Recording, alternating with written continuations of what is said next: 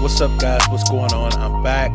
It's Paul. This is Pauline Theology, and we are on chapter 20 of Judges. After the insane, horrible incident, repercussions have to happen, right? Something has to happen because of that. And so we're reading Judges 20. We're going to find out what happens. If you haven't read yet, go ahead and stop the tape, read it, come back. It's a long chapter, but we're going to talk about a little bit of it. We're not going to talk about everything. There's a lot of stuff that we can go into, but we're going to talk about a little bit of it and see what we can see about God, man, and then see how we can apply it to our lives. But if you have read it, let's go and jump into those things, man. What is it talking about? What happens in the story? Well, after the Levite sent the pieces to the 12 tribes, the tribes held a meeting. They came together and they talked about it. It's like, what is this horrible thing that's happened in our country, man? They called everybody to come to it, to testify and talk about it. And then they were like, well, we got to go talk to Benjamin, man. And they said, hey, give us those men. Or first, I'm sorry, they asked what happened. And the Levite said that they tried to attack him. They tried to kill him. And they took advantage of his concubine, and she died as a result of it. And they was like, man, we can't do that. He's like, there's nobody going back to his house. Nobody's going anywhere until we settle this situation. And so they was like, well, we'll send some people over to Benjamin. They was like, Benjamin, man, give us those people, those evil people that did this detestable thing in this country. And they were like, nah, we ain't finna do that. And so because of that, they went up to war. The people of Israel went up and talked to the Lord and at Bethel, and they asked, and they who will go up for us against the Benjamites? And Judah. They called on Judah. And so they went after him, man. And the first battle they had, they got whipped, dude. It's crazy because I think the men were like, there was like 400,000 of the Israelites, and not that many. I think maybe 30. Man, I can't remember, but it wasn't near as many as the Israelites. And they got smoked. And the Israelites were crying, and they went up to the Lord, and they was like, hey, man, should we go again? And then the Lord was like, go ahead, go up. And they went up and got smoked again, man. And they got smoked because it was these dudes, these Benjamites, who were left-handed, which is funny because Benjamin, or actually Benjamin, means son of the right hand. But they had like this expert team of soldiers that were snipers in that time, left-handed snipers who would throw a sling, kind of like David. You know how he threw the sling and killed Goliath? They threw this sling, and they said that they did not miss. They would not miss ever. And so they was just kind of sniping these fools and just knocking them out like that.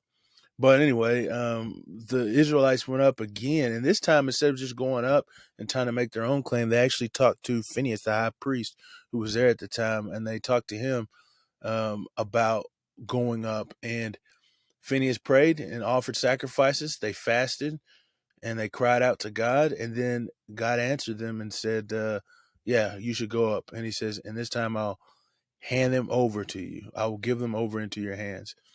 And then they made like a little weird scheme. They've done it before in Joshua when they took over a city, is they had people in ambush waiting, and they went out, and just like the last two times they went up, and the Benjamins thought this time too, they were like, this time, man, we're going to go after them and slam them completely, devastate them, just like we did last time.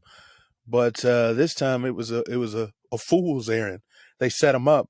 The Israelites set them up because as soon as they did that, people who were waiting in ambush went inside the city and then killed everybody and burned the city with fire. And when the smoke came up, that's whenever they were to know that it was time, man. And so they said that the Benjamites turned around and saw smoke rising from the city, and their hearts melted, man. And yeah, they got blasted, and Israelites just slaughtered almost every one of them, man, until they so much so that they tried to run away and hid at this place, some rock or cleft.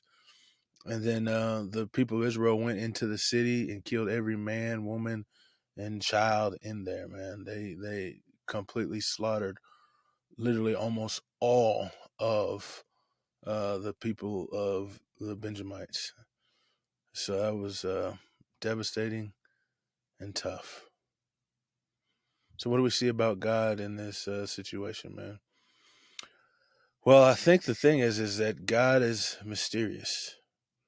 And I say that because, man, I wonder and I think, I don't know why God would say go up and not give them the victory.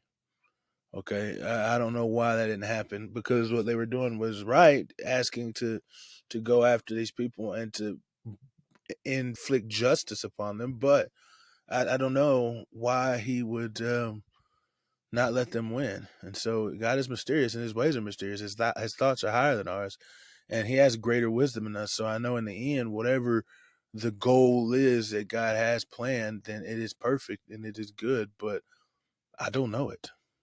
I don't know it. And I think sometimes we have to be cool with that. What does it say about man? I think man, it says that the further that we get away from God, then our brotherly fellowship suffers, man.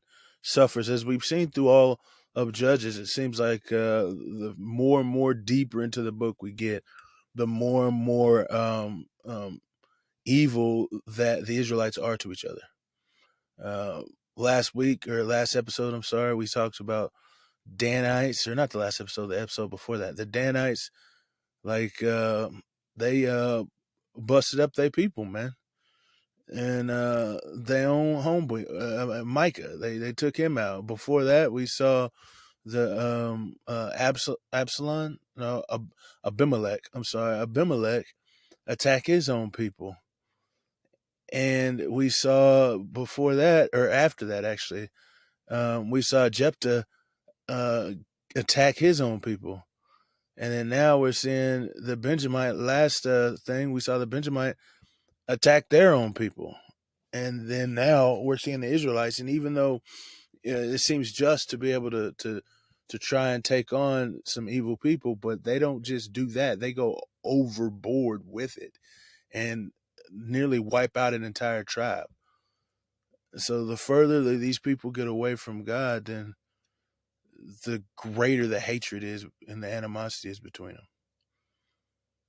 So what can we apply to this right here? Well, first off, I think, man, we've got to just rest and trust in the goodness of God, that what he says and what he commands of us and what he does has purpose and has meaning and is good, because we don't know his ways. His thoughts are higher than our thoughts, it says in Isaiah. And so we don't know his ways. But I also want us to see that I think we can apply that, man, sometimes doing the right thing, you don't always get the victory.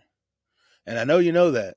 I do. I know you know that, man, because you've probably done some things in your life. You're like, why is everyone attacking me? I'm just trying to do the right thing. And so don't be discouraged by that. I think that we do the right thing because it is the right thing. It's what God has called us to do. So make that your life. And that goes along with that first application, is just trust in God's ways. If we do what he says, he'll do what he tells us to do. He will make a way. And that way may not be a benefit for us in this life, but in the next, when God comes back, when Jesus comes back, it will be a testimony for him where we will be able to glory in his name because we trusted in him. Absolutely. I thank you guys for listening, and I will see y'all guys in the next episode, man.